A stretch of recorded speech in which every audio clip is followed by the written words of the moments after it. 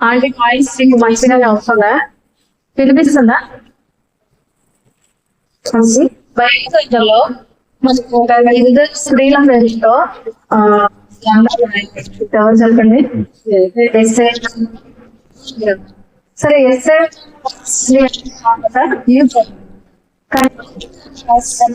చాలా విశేషకరం. ఎందుకంటే ఒక దేశం శామకరమైన దేశం తెలిసిన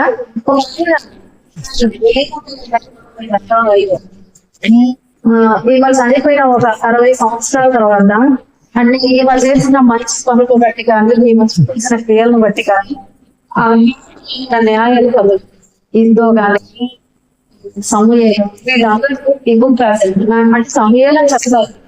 సో సమూహం చనిపోయిన ఒక 60 సంవత్సరాల రాశాడనమాట. ఈ రోజు కాలంలో 4 అధ్యాయాలు ఉంటాయి. ఈ 4 అధ్యాయాల్లో దాదాపు ఒక 25 సార్లు దేవుడి మాట రాస్తారు. యోవా అనే మాట ఒక 25 సార్లు ఈ 4 అధ్యాయాల్లో మనకి కనిపిస్తూ ఉండదు అనమాట. 4 అధ్యాయాల స్టోరీ మనం చూసుకుంటే బెత్తలహేమలో మీకు తెలుసు పై చెప్తారు. బెత్తలహేమని కరువు వచ్చిందని నయోమియాలో ఆమె భర్త ఎలిమెలెకు వీళ్ళు ఏం చేస్తారంటే మోయాబు దేశానికి వెళ్తారు. తన 2 కుమారులను తీసుకుంటారు. అక్కడికి వెళ్ళాక 2 కుమారులకి వివాహం చేస్తారు. 2 కోడళ్ళు వస్తారు వాళ్ళకి. అయితే కొంతకాలం తర్వాత ఏమైందంటే ఆ 2 కొడుకులు ఆమె భర్త ముగ్గురు చనిపోతారు. చనిపోయిన తర్వాత ఆ అనుకుంటుంది నేను తిరిగి మళ్ళీ నా దేశం వెళ్ళిపోవాలి అని చెప్పేసి వెళ్ళేటప్పుడు గోడలకి సలహా ఇస్తుంది అనమాట. మీరు వెళ్ళిపోండి అమ్మా, మంచిగా మీ లైఫ్ సెటిల్ చేసుకోండి అని బయలుదేరి వస్తుంది. అయితే చిన్న కోడలేమో ఒక ముద్దు పెట్టేసి వెళ్ళిపోయింది. పెద్ద కోడలేమో ఏమో వచ్చేసింది. ఆ తర్వాత వచ్చాక ఒక పొలంలో పనిచేసింది, అతను పోషించింది. ఇంకా ముందు కాలం చూసుకుంటే ఆ బోయాజుతో వివాహం జరిగింది. సో 4 అధ్యాయాల్లో ఉన్న స్టోరీ ఇదంతా అంతేనా?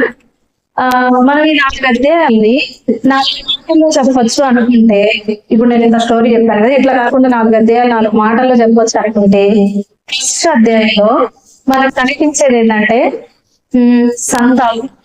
ఎందుకంటే అంతా ఆమె ఇక్కడి నుంచి వెళ్ళింది. వెళ్ళేటప్పుడు నిండుగానే భర్త 2 పిల్లలు తీసుకుని వెళ్ళింది. కానీ అక్కడికి వెళ్ళాక ఏమైంది? భర్త చనిపోయాడు, పిల్లలు 2 చనిపోయారు. తన కోడలు మళ్ళీ తిరిగి వచ్చేటం. సో ఫస్ట్ అధ్యాయం అంతా మనకి ఏం కనిపిస్తుంది అంటే సంతాపం అని గుర్తుపెట్టుకోవచ్చు. తర్వాత 2వ అధ్యాయం మనకి ఏం కనిపిస్తుంది అంటే సేవ. అంతకు ఆమె సేవ చేస్తుంది. సేవ గుర్తుపెట్టుకోవచ్చు. అధ్యాయంలోకి వస్తే ఒక సమర్పణ కలిగి ఉంటుందా? అంత ఏం చెప్తే దానికి ఆమె సమర్పణ కలిగి ఉంటది. ఇకపోతే 4వ అధ్యాయానికి వచ్చేసరికి సందడి కనిపిస్తుంది. ఏంటా సందడి? పెద్ద సందడి. ఇప్పుడు చెప్పండి 4 అధ్యాయాలు మనం ఎలా పెట్టుకోవచ్చు? ఫస్ట్ అధ్యాయంలో సంతాపం కనిపిస్తూ ఉంటది. 2వ అధ్యాయంలో మనకి సేవ కనిపిస్తూ ఉంటది. 3వ అధ్యాయంలో మనకి ఏం కనిపిస్తుంది? సమర్పణ కనిపిస్తూ ఉంటది. అలాగే 4వ అధ్యాయంలో సందడి కనిపిస్తూ ఉంటది. సంతాపంలో నుండి సందడిలోకి రూట్ ఎలా ప్రవేశించింది? సంతాపం నుండి చివరికి ఎందులోకి వచ్చింది? సందడిలోకి వచ్చింది. ఈ సంతాపంలో నుంచి ఆమె సందడిలోకి ప్రవేశించడానికి ఆమె ఒక 4 పనులు చేసింది. అన్ని 4 చెప్తున్నా మీకు. 4 అధ్యాయాలు, 4 మాటలు, 4 పనులు. ఈ సంతాపంలో నుంచి ఆమె సందడిలోకి ప్రవేశించడానికి ఒక 4 పనులు చేసింది. సో ఈ రోజు నేను ఆ 4 పనుల గురించి మీకు చెప్పాలని ఇష్టపడుతున్నాను. మొదటిగా మంచి నిర్ణయం చేసి ఏంటంటే ఇప్పుడు మనం ఇక్కడ చదువుకున్నా కదా, అందుకని నా రావద్దని నన్ను ప్రతిమలాడుకోవద్దు. నువ్వు ఎక్కడ ఉంటావో నేను అక్కడే ఉంటాను. నీ జనమే నా జనము, నీ దేవుడే నా దేవుడు. నువ్వు ఎక్కడ చచ్చిపోతావో నేను కూడా అక్కడే చచ్చిపోతాను. నేను ఇప్పుడు ఈ మంచి నిర్ణయం చెయ్యలేదు అనుకుంటాను. ఎందుకంటే 2 వయసులో ఉన్నారు. 2కి భర్త చనిపోయారు. వయసులో ఉన్న ఆడపిల్లకి భర్త చనిపోగానే తల్లిదండ్రులు ఏమనుకుంటారు? మేమే ఒక పాట కూడా వాళ్ళు ఏమనుకుంటారంటే ఆ పిల్లల్ని మనమైనా పెంచుకోవాలి, నా కూతురు జీవితం ఇలా ఉండకూడదు, నేను మరలా తనకి ఒక వివాహం చేయాలి, తన జీవితాన్ని మరలా మంచిగా నడిపించాలని అనుకుంటారు. అయితే ఇక్కడ నయోమి ఒక తల్లిలాగా ఆలోచించింది. అత్తలాగా ఆలోచించాలి, అత్తలాగా స్వార్థం చూపలేదు. కానీ ఒక తల్లిలాగా, కుమార్తెలాగా మీరు వెళ్ళండి, మీ తల్లిదండ్రుల దగ్గరికి వెళ్ళండి, వాళ్ళు మీకు మరలా వివాహం చేస్తారు. మీరు మంచిగా మీ జీవితాన్ని మరలా స్టార్ట్ చేసుకోండి. నా దేవుడి నేను ఇస్తాదని అయిపోయాను. ఇంకా నేను కొడుకులు కనిద్దాం కూడా ఇక నాకు ఛాన్స్ లేదని చెప్పింది. అంటే అప్పట్లో యూదుల ఆచారం ఎట్లుండేదంటే ఒక కొడుకు చనిపోతే ఇంకా కొడుకు నుంచి మళ్ళీ పెళ్లి చేస్తారు. ఎందుకంటే ఆ సంతానం వృద్ధి చేయడం కోసం. మనం యూద కామర్స్ విషయంలో ఇది చూస్తాం, సంతానం ఎలాగైనా వృద్ధి చేసుకోవాలని చూస్తారు కదా. ఆయన ముగ్గురు కొడుకుల్ని వరుసగా ఇస్తానే ఉంటాడు. మూడో అబ్బాయిని ఇవ్వనప్పుడు మామూలు వచ్చిన సంతానం అంటే వాళ్ళకి అదొక ఆచారం అన్నమాట. ఇప్పుడు ఆమె ఏమంటుందంటే, అమ్మ ఇంకా మీకు ఇవ్వడానికి కొడుకుల్ని నాకు భర్త లేడు, నేను ఇవ్వలేను కనుక మీరు ఏం చేస్తారంటే మీ పుట్టిలోకి వెళ్ళిపోండి, వెళ్ళిపోయి చక్కగా వివాహం చేస్తుంది. మరలా మీరు ఇలా ఉంటారు, మూడు బారినట్టుగా మీరు ఉండదు. నా జీవితం అయిపోయింది, నేను ముసల్దాన్ని అయిపోయాను, మీరు మరలా మీ జీవితాన్ని చిగురింపజేసుకోండి, మరలా మీరు స్టార్ట్ చేయండి అని చెప్పి చెప్పగానే చిన్న కోడలికి అది చాలా, చిన్న కోడలనే కాదు చూసేవాళ్ళకి అది మంచి విషయం, ఇష్టంగా అనిపిస్తుంది. సరే ఇంకా ఆలోచిస్తుందంటే, అత్తమ్మ నువ్వు అసలు అర్థం కాదు కానీ ఒక తల్లి మా ఏడలు ఆలోచించావు, నువ్వు ఎంతో మంచిదానివని ఒక ముద్దు పెట్టుకొని ఆమె చక్కగా పుట్టింటికి. ఇక చూస్తే జనానికి రూట్ వెళ్ళదు, అనిపిస్తుంది చిన్నపిల్ల మంచి నిర్ణయం తీసుకుంది. తన జీవితాన్ని మూడు మారుసుకోకుండా మరలా తన జీవితాన్ని రీస్టార్ట్ చేయడానికి ఒక మంచి నిర్ణయం చేసింది చిన్నపిల్ల. ఈ పెద్ద పిల్ల ఈ అమ్మాయి పుట్టింటికి వెళ్ళిపోవచ్చు కదా, చక్కగా మరలా తన జీవితాన్ని మరలా స్టార్ట్ చేసుకోవచ్చు. ఈ ముసలమ్మతో వీళ్ళు ఏం చేసిద్ది అనే సందేహం వచ్చి ఉంటది అంటారా, లేదంటారా? చూసే అనిపిస్తుంది కదా. చిన్నపిల్లే మంచిగా. ఇప్పుడు చూడండి, ఒకవేళ భర్త చనిపోయాక ఆ పిల్ల అంటది, నేను అసలు వివాహం చేసుకోను, నేను ఇట్లాగే ఉంటా, నా పిల్లలు పెట్టుకుని ఉంటా, నేను చేసుకోను, నాకు వద్దు రెండో వివాహం అంటే అనేక మంది చాలా ఒప్పిస్తారు. అమ్మాయి అమ్మ చేసుకోమ్మా, ఇప్పుడు ఇట్లాగే అనిపిస్తుంది, నలభై పోయాక కష్టాలు ఉంటాయి, జీవితకాలం ఇట్లా ఉండలేవు అమ్మా అని ఆ తల్లిదండ్రులు మాట వినిపోయినా ఇంకొక చేతన చెప్పిస్తారు, చేసుకోమ్మా మళ్ళీ పెళ్ళని. మరి ఇప్పుడు ఆ చుట్టుపక్కలకి ఏమనిపిస్తుందంటే, చిన్నపిల్ల చక్కగా మంచి నిర్ణయం చేసింది, పెద్ద పిల్ల ఏంటి ఇలాంటి నిర్ణయం చేసింది, ఇప్పుడు ఆ ముసలితో ఏం చేసింది, జీవితం అంతా ఇంకో వృధానే కదా. ఇప్పుడు ఆమె కష్టపడి పోషించాలి, ఇంకా తన జీవితం అయిపోయింది. ఈ అమ్మాయి ఏంటి ఇలాంటి నిర్ణయం చేసిందని అందరికీ అనిపించుండొచ్చు, నేను అనుకోను. కానీ మనం ఆత్మీయంగా చూసినట్లయితే రూతే మంచి నిర్ణయం చేసింది. ఏం చేసింది? మంచి నిర్ణయం చేసింది. మనం విన్నాం, పిల్లలు ఎవరికైనా బాప్తీసం ఇస్తుంటే ఏమంటారు, అదేదో పెద్ద కష్టతరమైంది లాగా, ఇప్పుడు బాప్తీసం ఇప్పుడే ఇది ఒక కష్టమైంది అన్నట్టు, అవునా? అంటే కదా. కానీ ఈ కష్టం ఇప్పుడే ఎందుకు అన్నా కానీ మనం ఎటువంటి మార్గాన్ని ఎంచుకున్నామంటే, అందరూ ఇప్పుడే ఎందుకు అనేటువంటి ఈ మార్గాన్ని మనం ఎంచుకున్నాం. అంటే మనకు తెలుసు ఈ మార్గం అంతా కష్టమేనని. ఇప్పుడు అంతే కదా, ఓర్పైన మార్గం అంతా సుఖవంతమైంది, చాలా ఆనందకరమైంది, సంతోషకరమైంది.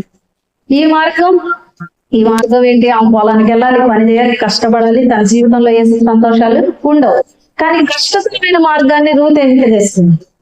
ఈ రోజు మన జీవితాల్లో మనం కూడా ఈ దేవునితో నడిచి ఈ ప్రయాణం అంతా చాలా కష్టతరమైంది. కరెక్ట్ కాదంటారా? కష్టమే. బాహ్యంగా మనకి శారీరకంగా కానీ కుటుంబాల్లో కానీ ఏదైనా సమస్య వస్తే అది మనకు పెద్ద బాధ అనిపిస్తుంది. ఎందుకంటే ఆ కష్టాలన్నిటికీ మనకి ఎవరు ఉన్నారు? యేసై ఉన్నారు.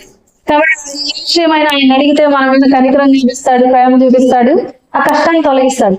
కానీ మనకి ఈ వేలో ఒక కష్టకరమైన విషయం ఏంటో చెప్పనా? ఆత్మీయ పోరాటం చాలా కష్టపడుతుంది. మన జీవితాల్లో దేవునికి ఇష్టంగా బ్రతకడం కోసం చేస్తూనే ఉంటాం. అసలు ఎందుకు మనకి బాగా ఒక అమ్మో దేవునికి ఇష్టం లేని పని చేశానే, లేదు సపోజ్ ఒక సీరియల్ చూసినా దేవునికి ఇష్టం లేని పని, ఏదైనా కోపడినా దేవునికి ఇష్టం లేదు. చూసారా ఎన్ని కష్టాలు? అదే ఓర్పాలని నిర్ణయం చేస్తుంటే అదేది కష్టం కాదు, అదేది బాధ కూడా కాదు. సినిమా చూస్తే సీరియల్ చూస్తే అది పాపం ఉంటారు అన్నిటికి కాదు, వాళ్ళు నోరు మాట్లాడే పాపం కాదు, వాళ్ళు చేస్తే కింద రాదు వాళ్ళకి. కానీ మనం వెళ్ళే ఈ మార్గంలో ఏ పని చేసినా పాపమే. ఈ ఆత్మీయ మనకి ఎంత కష్టం, ఇలాంటి కష్టమైన మార్గం ఇదని మనకు తెలుసు. మనం ఈ మార్గంలోకి వచ్చేటప్పుడే మనం నిర్ణయించనే అదేమి నాకు లేకపోయినా నా దేవుడు నాకు కావాలని చెప్పేసి మనం నిర్ణయం వస్తుంది. ఈ మాట ట్రూత్ కూడా అటువంటి నిర్ణయం చేస్తుంది. అత్త దేవుడు అద్భుతాలు చేసే దేవుడు ఆమెకు తెలుసు. చెప్పకుండా ఉంటాం కదా, మా ఐగుప్తు దేశంలో మేము బానిసలుగా ఉన్నప్పుడు దేవుడు 10 రకాల తెగుళ్ళు తీసుకొచ్చాడు. ఆ తర్వాత మార్గం అంతట్లో మా జీవితాల్లో ఎన్నో చేశాడు. మాకు ఆహారం ఇచ్చాడు, బండలు నీళ్ళని ఇచ్చాడు, అనేక రాజ్యాల పైన మాకు విజయాన్ని ఇచ్చాడు. ఇవన్నీ అద్భుతాలు చెప్పుకుంటున్నాడు. అందుకే అంటారు కదా, నీ దేవుడు కాదు, ఎందుకంటే ఆ దేవుడిని ఆమె అంగీకరించింది. అందుకని చేసింది ఏంటంటే ఒక మంచి నిర్ణయం. మొదటిగా ఆమె ఏం చేసింది, ఈ మార్పులో నీకు రావడానికి ఒక మంచి నిర్ణయం చేసింది. చాలా మందికి ప్రార్థన రావాలంటే భయం, ఎందుకంటే ఒక అలంకారాలు పెట్టుకోవడానికి ఉండదు. బాప్తీసం తీసుకోవాలంటే మరీ భయం, ఒట్టు పెట్టుకుంటారు. ఇంకా ఈ మార్గం అంతా ఏంటంటే పరిశుద్ధంగా జీవించాలి, పవిత్రంగా జీవించాలి, దేవునికి ఇష్టంగా ఉండాలి. ఎందుకంటే ఈ మార్గం చివరి మనకి సంతోషం ఉంటుందని మనకు తెలుసు, దీని ఎండింగ్ మనకు తెలుసు. లోకానికి ఎక్కడితో వెళ్ళాను కూడా, కానీ ఈ మార్గంలో కష్టమైన ఈ మార్గంలో మనం నడుస్తున్నాం అంటే చివరిగా మనకు ఒక జీవితం ఏంటో దేవుడు మనకు తెలుసు. మొదటిగా ఏం చేస్తుందంటే ఒక మంచి రెండవదిగా ఏం చేస్తుందంటే అత్తని హత్తుకుందని చెప్పేసి ఉంటారు కదా, నేనంటాను అత్తని కాదు కానీ దేవుడిని హత్తుకుంది. ఎవరికి అత్త దేవుడిని హత్తుకుంది. అందుకే అంత ధైర్యం. నేను అత్త నమ్మిన దేవుడు చాలా అద్భుతాలు చేసేవాడు, చాలా గొప్పవాడు. ఆయన చాలా గొప్ప నిర్ణయం చేసేవాడు. అందుకే కాబట్టి ఆ దేవుడి హత్తుకుంది. అందుకే ఆమెకు అంత ధైర్యం ఉంటుంది అత్తతో వచ్చేదాన్ని. ఎవరికి ఈ లోకానుసారమైన జీవితం నాకు అవసరం లేదు, కానీ సమస్య నాకు కావాలి, నేను ఆ దేవుడి హద్దుగా ఉండాలని ఆమె ఏం చేసిందంటే దేవుడిని మన జీవితంలో మనం కూడా ఎవరిని హత్తుకోవాలంటే దేవుడిని హత్తుకోవాలి. ఎలా హత్తుకుంటాం? దేవుడు చెప్పండి, ప్రార్థన కదా. మన దేవుడి మనకి ఎట్లుంటది? బలమైన ప్రార్థన, లోతైన ప్రార్థన చేసినప్పుడు మనం ఒక క్లాస్ దాంట్లో ఏదైనా ఒక చిన్న నలుపు ఉందనుకోండి, ఆ వాటర్ మనం తాగుతామా? అవి ఎంత ప్యూరిఫై వాటర్ అయినా, ఎంత మినరల్ వాటర్ అయినా, ఒక చిన్న నలుపు మనకి ఖచ్చితంగా తాగు అలా జీవితంలో మన చేసే ప్రార్థన కానీ, మనకి ఏసైకి మధ్య కానీ ఏ చిన్న ఆటంకం చిన్న నలుపున్నా అది మనకి దేవుడిని హత్తుకోకుండా మనకి దేవునికి మధ్య అడ్డుగా పడిపోతా ఉంటాం. మనకి ఏసి బయటకు రాకుండా ఒక కవర్ అయితే అడ్డు నాకు అనిపిస్తున్నట్టు చెప్పే మాట నాకు వినిపించదు. అప్పుడు నాకు అనిపించింది, ఏసయ్య ఈ సన్నిధికి ప్రత్యేక వస్తూనే ఉన్నాం, అన్నింట్లో పాల్గొంటాం, కానీ మా మాటని వినిపించేలాగా మేము ఉన్నామా లేదు, కేవలం కనిపిస్తున్నాం అంటే నాకు ఎందుకు నాకు మెసేజ్ చెప్పినట్టు అనిపించింది. అంటే మధ్యలో మాట ఏమవ్వట్లేదు, వినిపించట్లా. ఒక చిన్న మనకి మధ్య ఉందనుకోండి, ఆయన మనం ఎత్తుకునే అవకాశం లేకుండా పోయింది. మా చాలా ఆయన చేస్తా ఉంటాడు. అయితే నేను అడిగాను, ఆయన మారాడు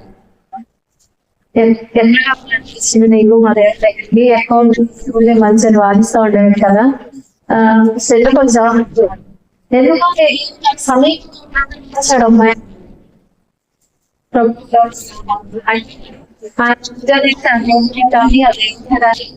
ఆయన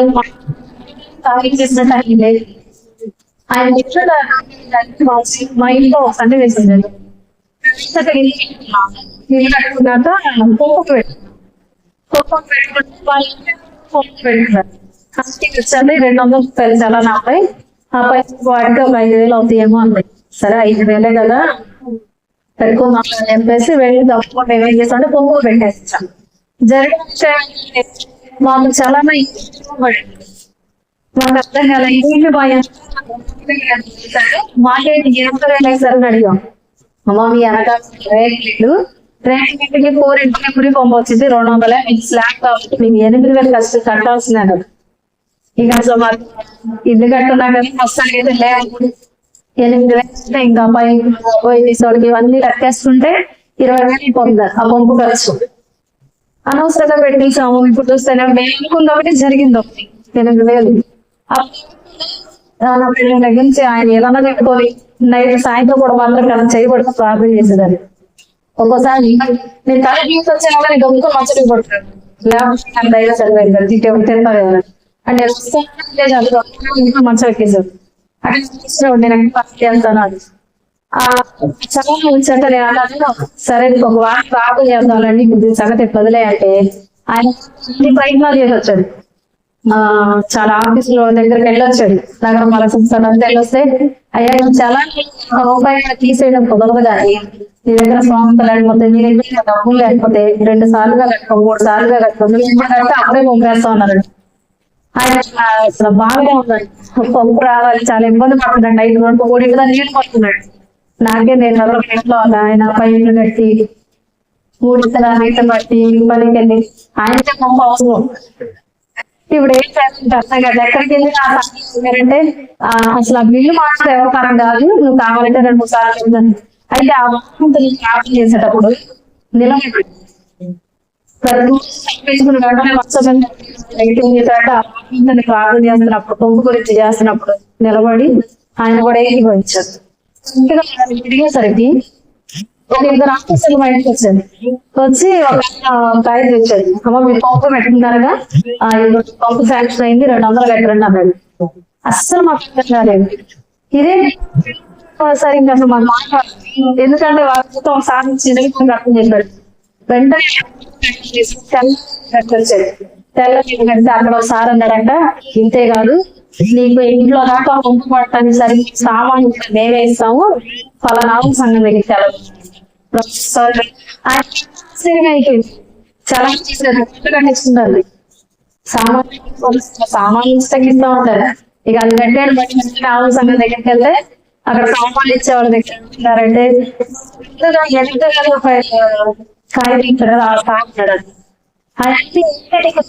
పోపెట్లు వచ్చింది. అది కాయ కట్టి వచ్చింది.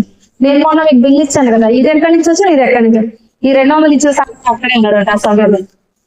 ఏమన్నా తెలీదు 200 వచ్చింది కాయతో నేను వాళ్ళకి చూస్తాను సరే అక్కడ రెడీ చేస్తున్నారు సంస్థలు చేసేదానికి సామాన్ ఇచ్చేద్దాం అంటే ఆశ్చర్యం అయ్యింది. అది కాయ ఇదంతా వారికి దేవుని అడిగితే చేశాడు. అసలు మేము వేసుకునే ఎస్టిమేషన్ అంతా ఆ పోయి కూడా టైం పెడతాడు ఆయన రూపాయలు తీస్తున్నాడు.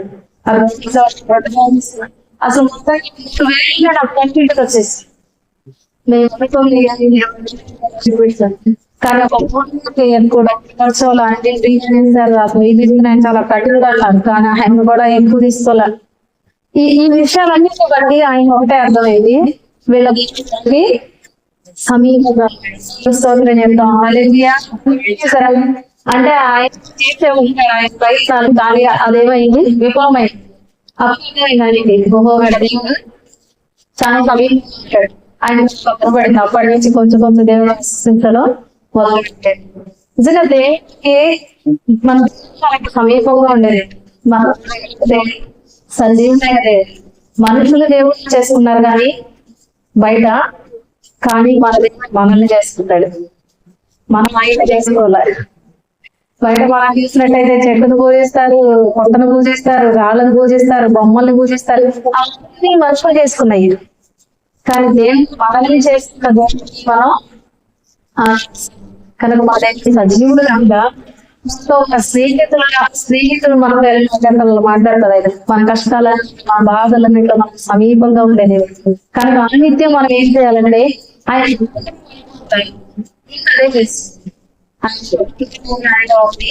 ఆయన ఎందుకు సమీపంగా యోగాసరం వాటితో సడలేదు కానీ కష్టతరమైన వాటిలో మీరు దేవుడి సమీపమైన వాటికి వచ్చింది. తర్వాత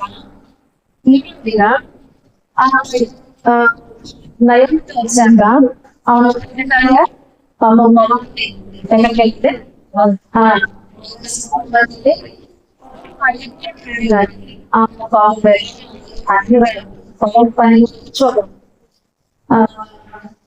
ఒక శనకాలు తీసుకొని పాపం బయట కూడా ఎంత కష్టం అసలు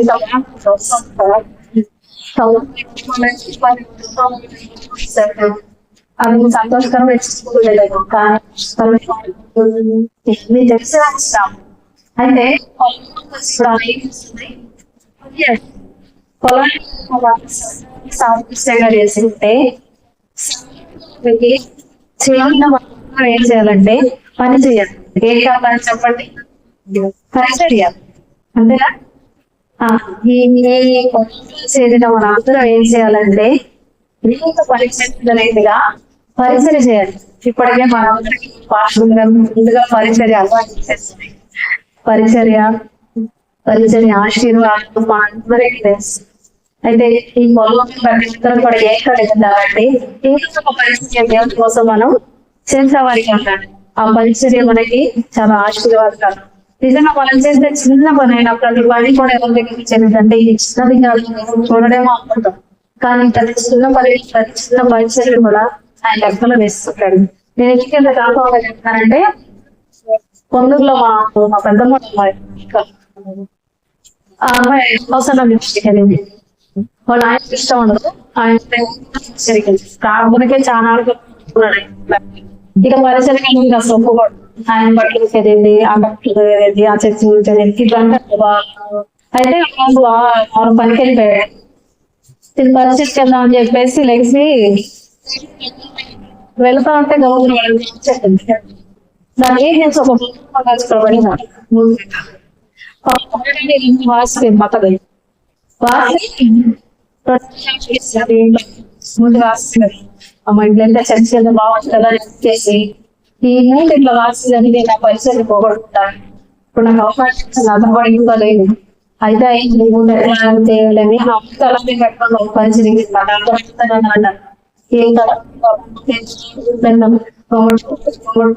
చెప్పుకుంటా నేను ఆ మూడు రాసుకుంటూనే 600 టెన్షన్ పరిచయం చేసి ఇది ఇంటికి వచ్చి ఒక ప్లేస్ పడుతుంటాను.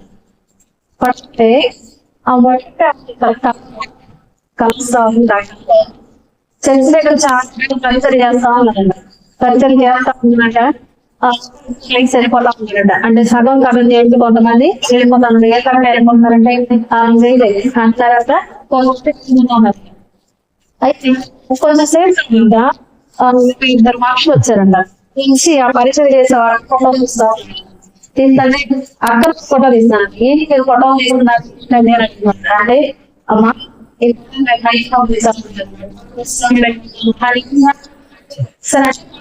పరిచయం ఫోటో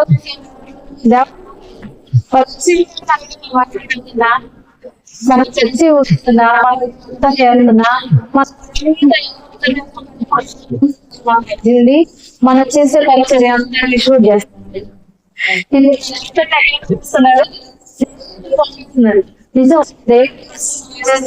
పరిచయం జీతం వస్తుంది.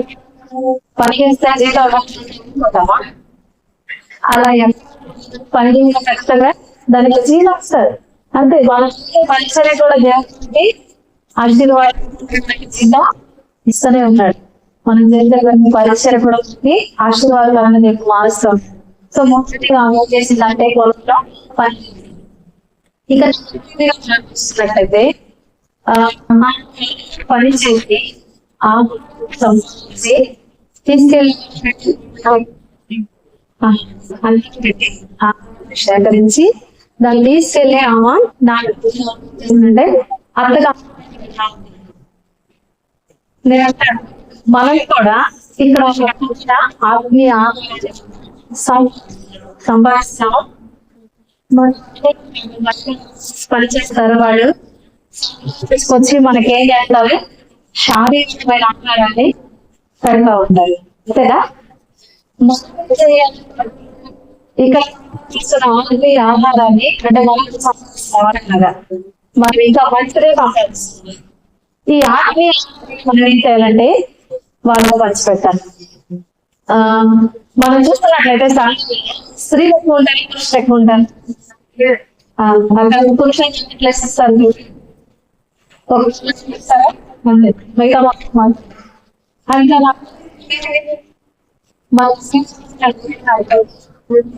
చర్చి సగం అని చేస్తున్నామంటే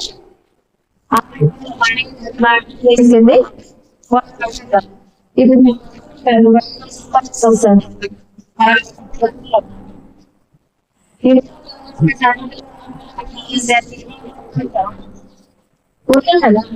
లాగని అదే ఇస్తాం. మరి మనకుంటే అది న్యాయం కాదు. ఇక్కడ వాక్యాన్ని కానీ ఇక్కడ సంపాదించుకుంటాం మీ ఆహారాన్ని కానీ మనం ఏం చేయాలంటే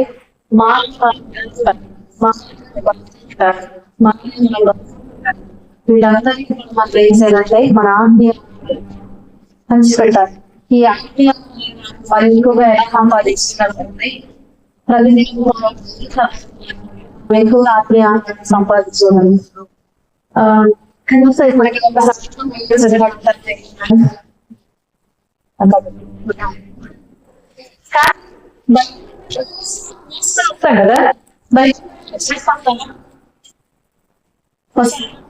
ఖచ్చితంగా అంటే మరి బైక్ మోసుకునే ఈ మోసం వాగ్దానం ఆశించాడు. ఇవన్నీ చదువుకోవాలి. చాలా మంది చేస్తాం, పిల్లల కోసం పొద్దున లేస్తాం, క్యారీస్ కడతాం, ఎంత కష్టమైన మోసం పడతాం. అదే కష్టం దేని కోసం, నేర్చుకోవడం కోసం ఇదే పెద్ద పుస్తకమే. చాలా చాలా టెక్స్ట్ బుక్లు, చాలా అధ్యాయంగా ఉంటాయి, చాలా పుస్తకాలు. కనీసం ఒక 10 చదివిన వాళ్ళైనా దాదాపు 10 సంవత్సరాలు 16 టెక్స్ట్ బుక్ జరిగి ఎగ్జామ్స్ రాసి ఆ పని పరీక్షలు పెట్టారు. ఒక చిన్న కానీ ఈ అమ్మాయి సంపాదించుకోలేదు.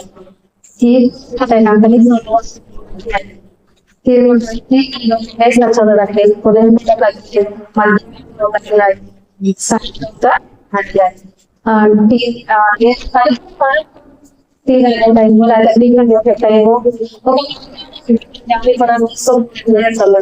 ఇంకా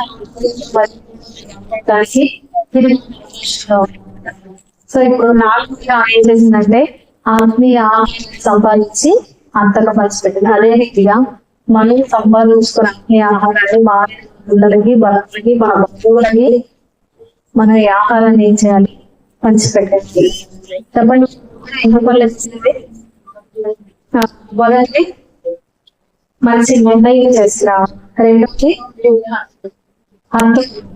మూడోదిగా పొలంలో పనిచేసి, నాలుగోదిగా ఆలోచన సంపాదించుకున్నాం. ఇప్పుడు ఈ ఆత్మీయ సంపాదించిన తర్వాత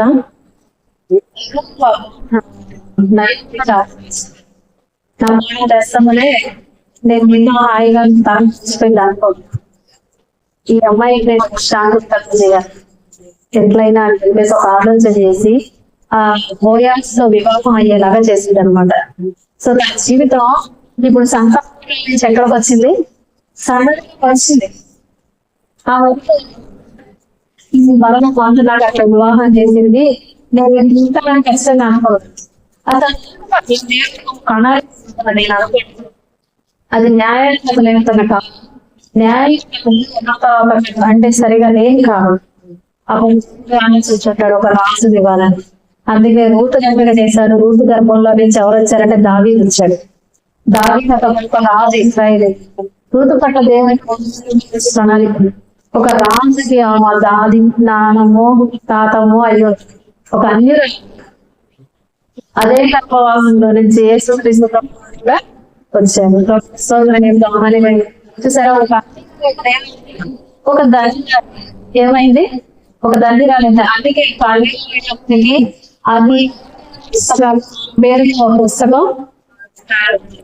సో ఇప్పుడు సొంత సంఘం ప్రవేశించడానికి ఒక 4 విషయాలు మన జీవితంలో కూడా ఏ కష్టాలు